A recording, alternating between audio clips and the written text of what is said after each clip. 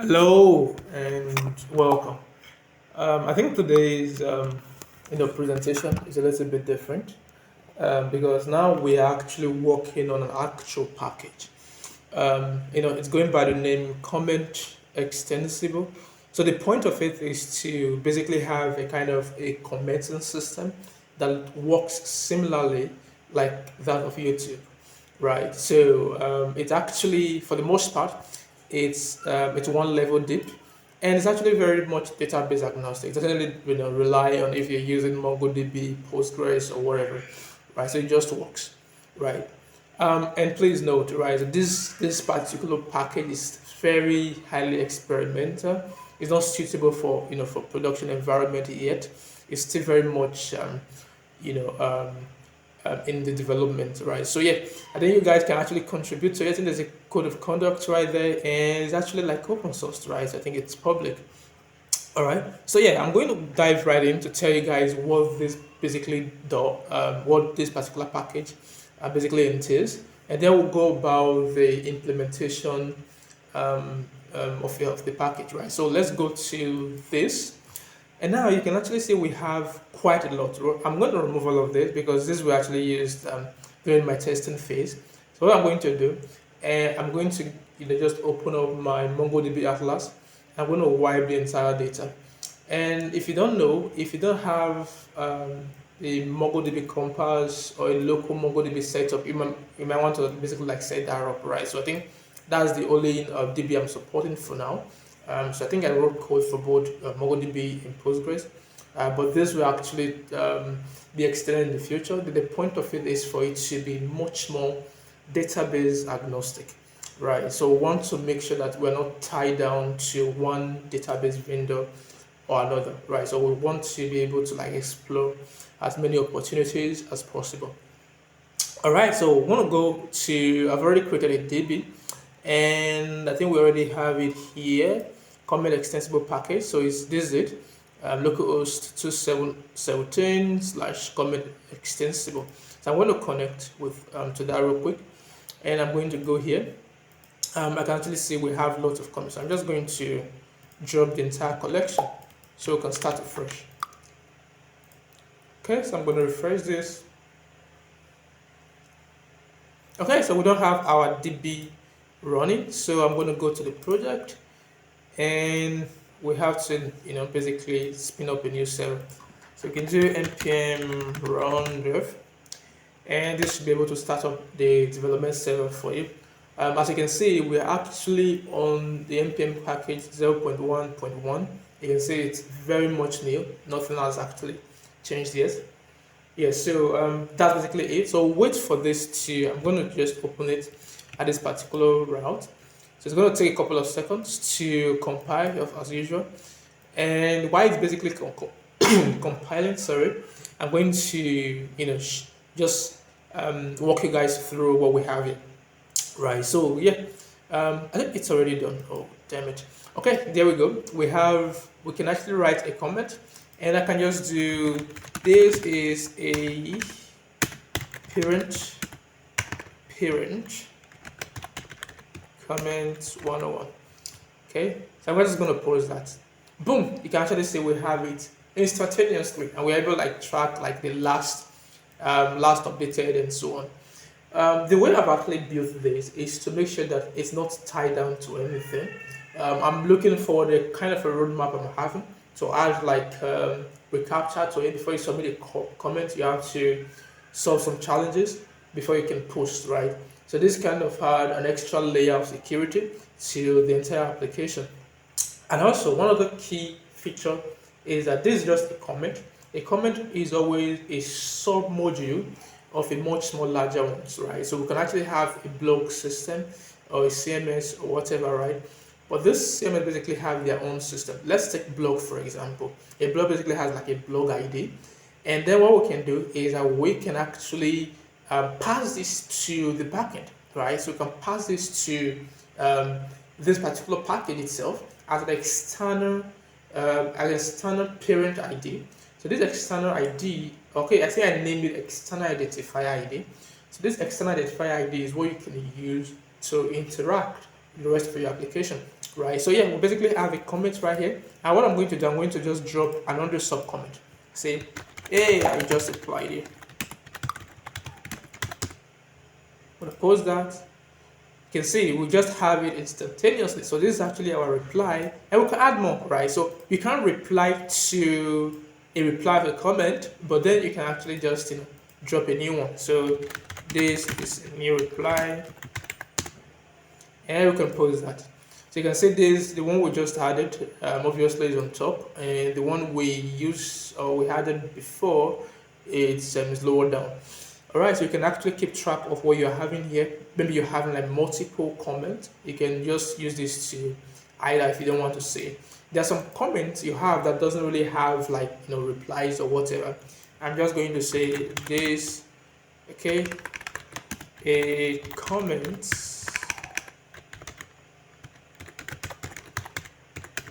without reply. So let me add some emoji here and to just spice things up a bit. Okay, maybe a smiley face or something. Oh, this guy's cool, looks cool. And I can just post that. Okay, so this is a comment without reply. You can see that we don't have anything like C replies from here, right? Because it doesn't have anything, right? So we don't get to see it. But then if we had one reply, this will definitely pop up like I just added a new reply. Okay, so you can post that, boom, you can actually see hide the reply, right? So we made this as granular as possible so that you can be able to interact with it and play around with it. So this kind of gives us a very good idea of how the application works, right? So yes, I think this is basically it for the demo aspect, and you can just it's something like you can just you can pull into your application and then just play around with it. So now I'm going to go over the code setup, right? So it's actually available on this part, but please do not install it on this part, right? So what I have, all you can do now is that you can just clone it. You can see it's not stable for production. You can just clone the repository and set it up locally for now, right? So I think every form of PROs is welcome, right? So that we can actually enhance this Lixio application. All right, so this is actually this is how you specify a MongoDB connection. All we need is a MongoDB URL. We need the database name as well as the collection name. So if we have all of this configuration, we can be able to connect to that DB.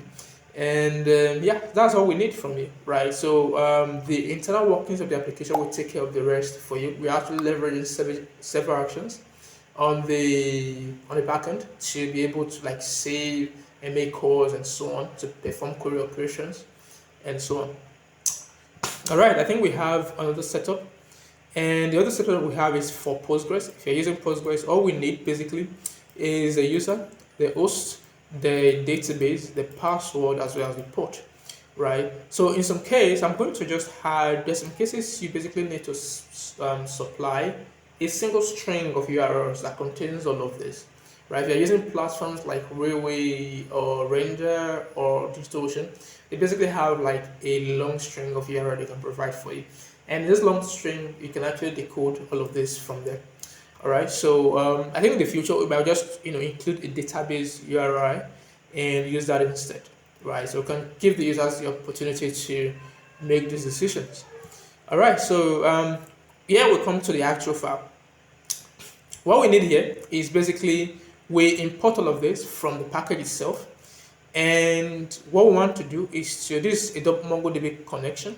This is the database URL. I already have this. I showed you guys this just now. Let me show you guys again. So if you connect here, I think I'll just let me say copy connection string, paste it right in here. You can see this is actually the database URL. This is the database name. All right, so this is the database name, and then this is the collection name, right? So one other thing you can do as well is, in case you don't know how to, let me show you quickly on how you can basically create a database. It's very easy. So what I'm going to do, I'm going to disconnect out of this, and you can just click on this new connection button.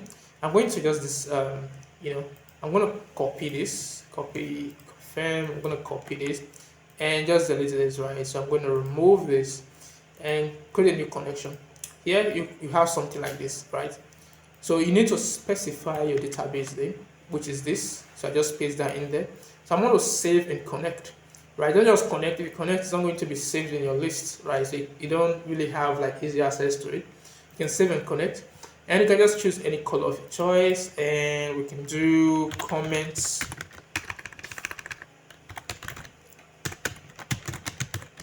extensible and package, right? So PKG just one, and we can save that, and boom, there we are. We basically have a comment, and we have everything as before. We have everything as before. Okay, so you can see we already have access to the existing data that we are having, and very good, right? So this is exactly how the system works. Maybe I'll just refresh it, and you can still see we have access to all the data that we already have. All right, so that's actually wonderful, and this is the way you set it up. You specify your config, you initiate an instance of a Mongo comment repository by passing in everything from here, right? You pass it down here, and then you basically need this comment section is a React component, and basically you pass this in as props. So that's all you need to do from your end, and the comment extensible package will take care of handling the data, saving it, submitting it to the DB, and so on. Right. So I think this is actually very huge. It's something that I'm really interested in.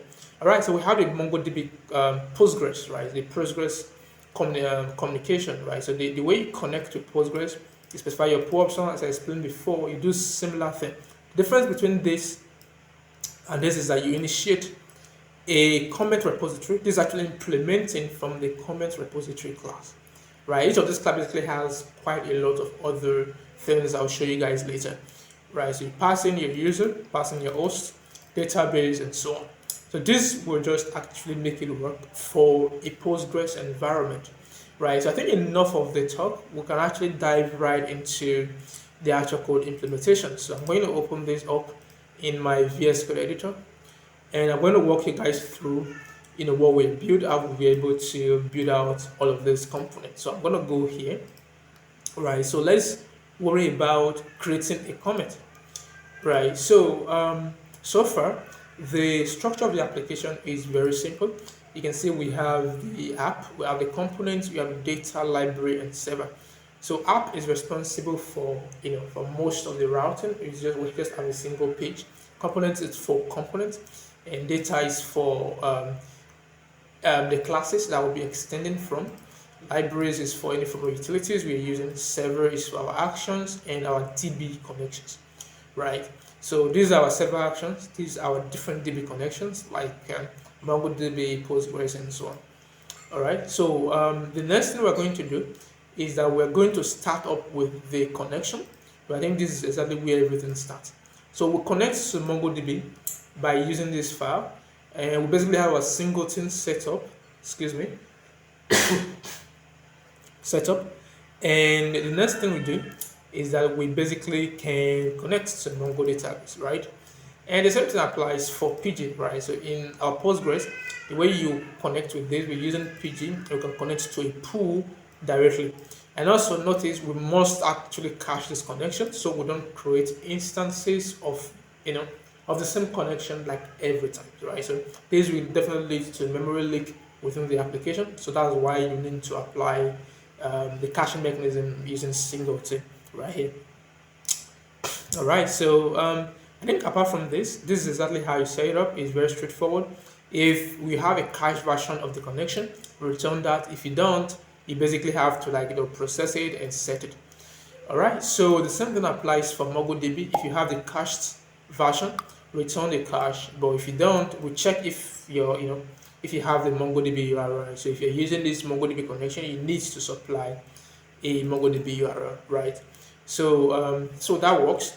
And if we don't have a cached version, we just connect and then we set it to cache. All right, so that's all about the connection, which seems to be very straightforward. And the next thing we do is to move into the Mongo comment repository sections. So before I move into here, we have a class that we're using to implement everything. All right. So we have this class, and this class is called the comment repository class. It's an interface actually, and we are basically having other classes to implement from this so that they can actually have the same structure. All right. So we have the add comment. This to basically add a comment to existing comment. This to get all the comments, right? This is to actually get the replies of the comment. So every comment basically has a reply, right? So as you can see, I'm going to take this one to the side. I'm going to take this to the side real quick. And as you can see, this comment basically has its own reply, which is distinct from this comment having its own reply right here, right? So this everything works in accordance, right? So one of the things that we'll actually add in the future will be for us to add like key features like being able to add a comment, right? Like a comment or edit a comment, right? So these are the things I think are very crucial and something that we should basically add in the nearest future. All right, so we can actually use this one to get the reply count. And well, I actually found out a very clean way to do this without having to call an API. Within the comment, there's actually a reply field where I take note of the IDs, right? So that way I don't need to make an extra call to basically get the replies for a specific comment. And then we can actually update comment and delete comment. So I think those have not been implemented yet, but definitely in the future. All right. So this is actually the main class, right? So this is actually the interface for our comment. So a comment has an ID by default. A comment has an external identifier ID. So this is what I was referring to earlier. In cases where you have like a CMS or a blog setup or something, these bloggers have their own ID, right? So for you to be able to recognize comments that belong to a particular blog, you need to put in the external identifier ID, which should be the blog ID, right? In that case. So in our case, we don't have any blog, we're just commenting as usual. So this is going to be null in our case. But yeah, but definitely in your case, you should be able to supply, the blog ID and so on. All right, so we have the parent ID. All right, so this is basically used to differentiate a comment from a reply, right? The main comment has like numerous reply. A main comment does not have a parent ID, right? But replies do have like numerous, the same parent ID dependent, right? So I'm going to show you this one. This is a comment without a reply. This is a parent comment. I'm going to open this one up. I just added a new reply. So this is actually a child comment. It's going to have a parent ID pointing to this comment, right? So John Doe comment, this comment right here is going to have a parent ID pointing to this one.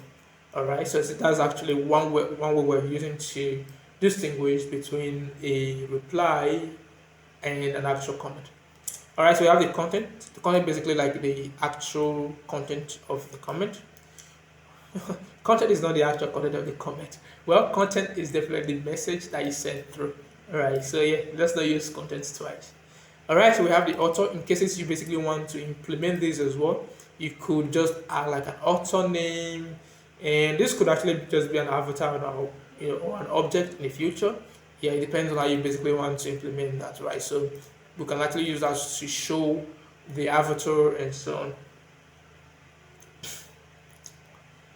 All right, so next up we have the replies, right? So as I was pointing out earlier, the replies is actually, this is where we save all the replies so we can get the total count, right? For example, you can see we have one reply, we have two. Maybe I can just add a new comment now, new one. I'm gonna post it. Boom, we basically have three, and you can see it's basically updated right on the fly, right? So we have three, you can see it there, right? So this is basically how the entire system works, and we can use this to basically track the ID right here. All right, so basically our timestamp. Nice. So we'll go to Mongo comment repository. What this basically has on the other end is very straightforward. We are basically implementing from the comment repository class I made mention of earlier, right? So the comment repository class basically have the add comment class as I showed you, it has the get comment, it has the get comment replies, it has the get comment replies count, update comment, as well as delete comment.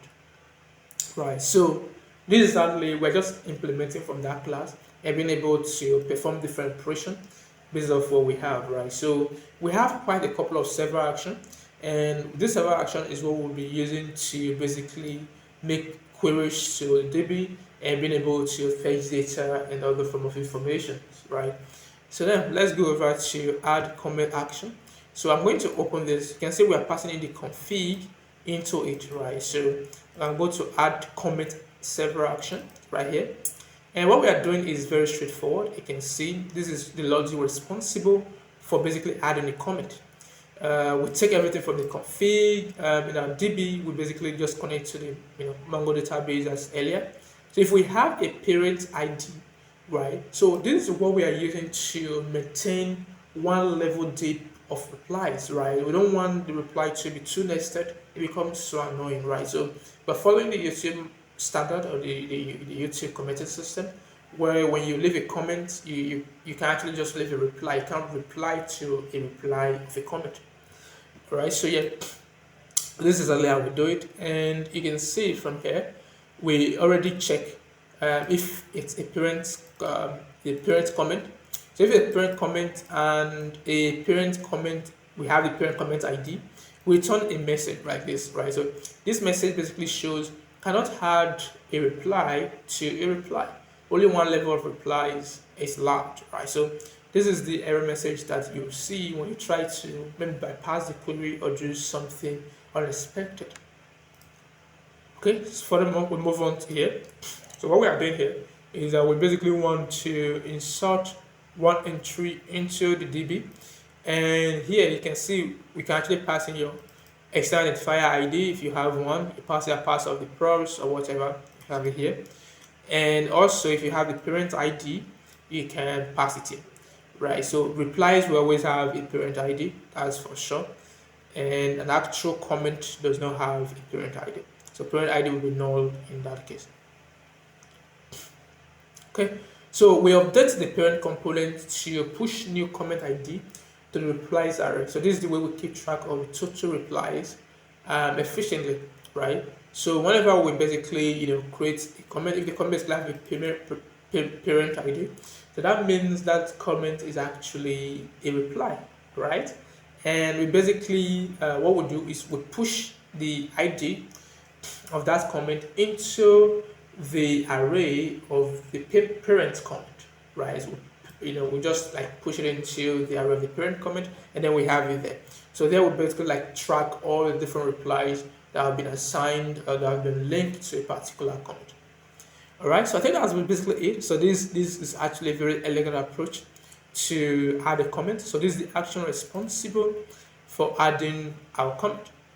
All right, so up next we have the get. I'm going to close this out. Up next we have the get comment, and we do something very similar. You can see here we are basically consuming the get comment action. So I'm going to open this up real quick, and as you can see, we do something very much related to what we've done before, and we connect to the DB, and then we check. You can see here we are checking if if there's a parent ID, if the parent ID exists or not, and we run that check. And also we basically run a query, and we want to sort it.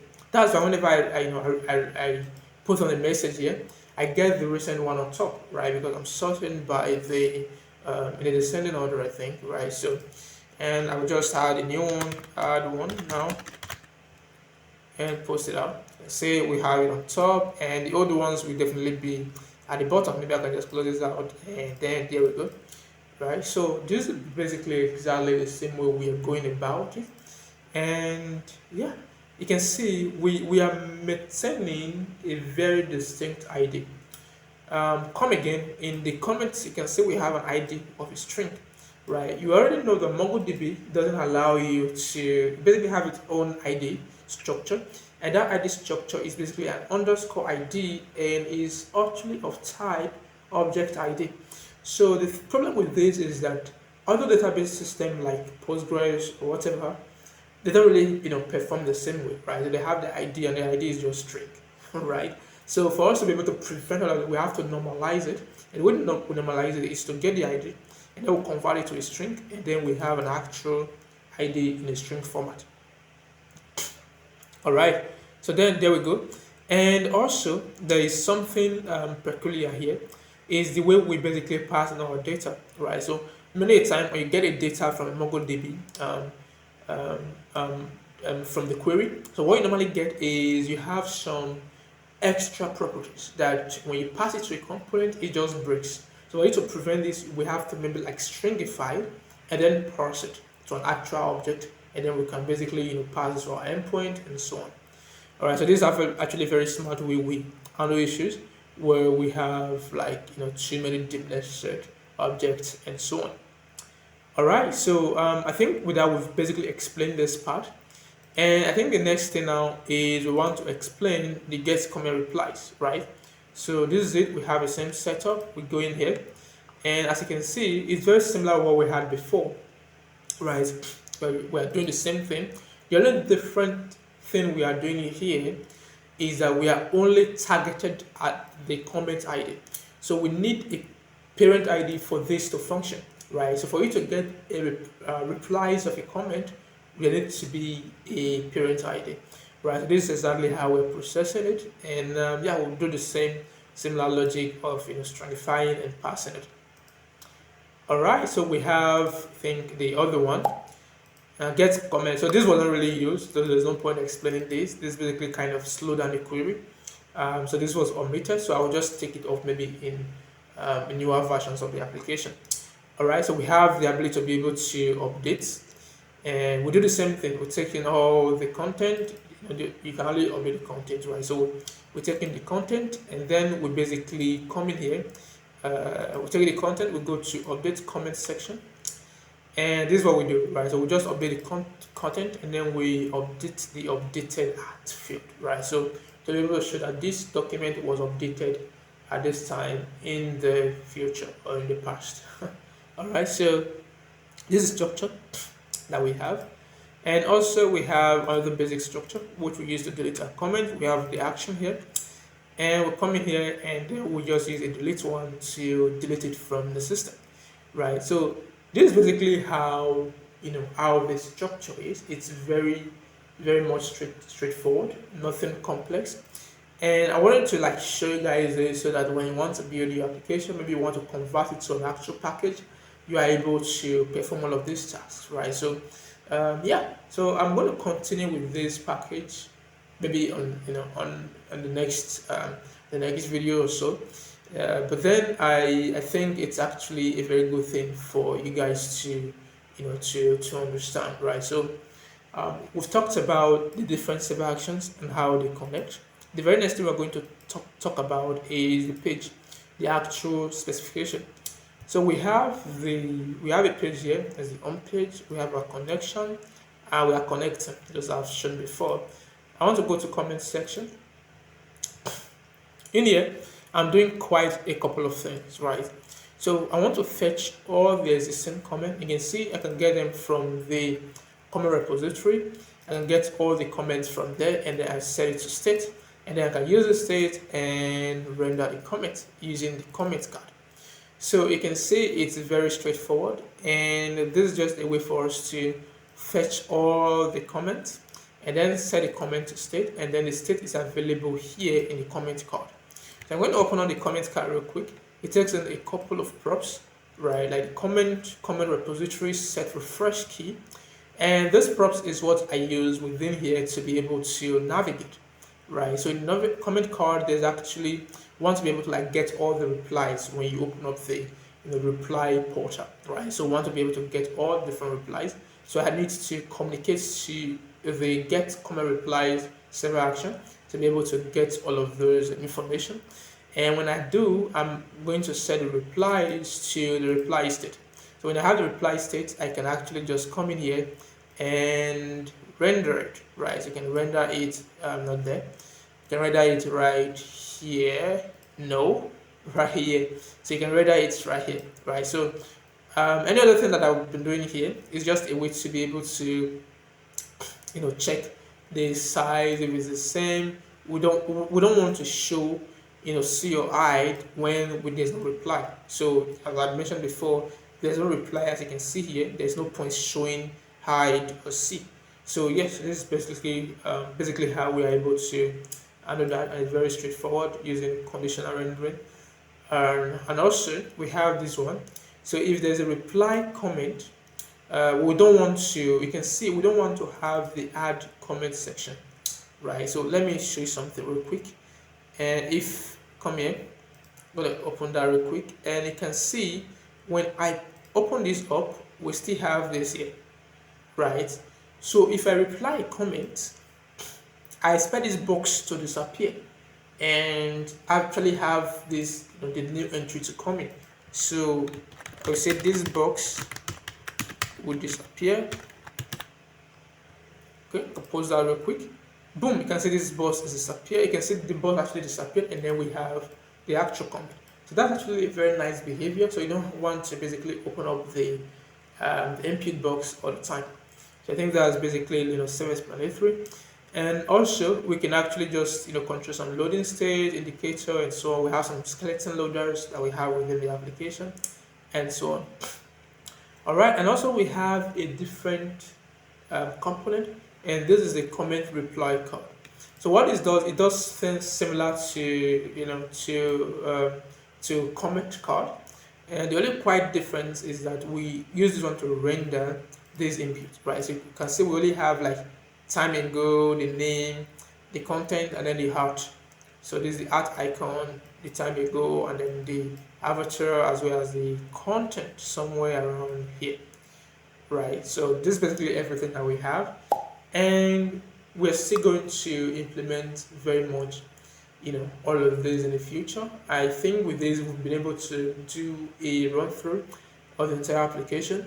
Obviously, you guys let me know what you guys think, and if it's something that we should take on probably the next couple of tutorials on. Let me know so we can look into it, but if not, we can just proceed to something else. And yeah, you can actually go through the repository.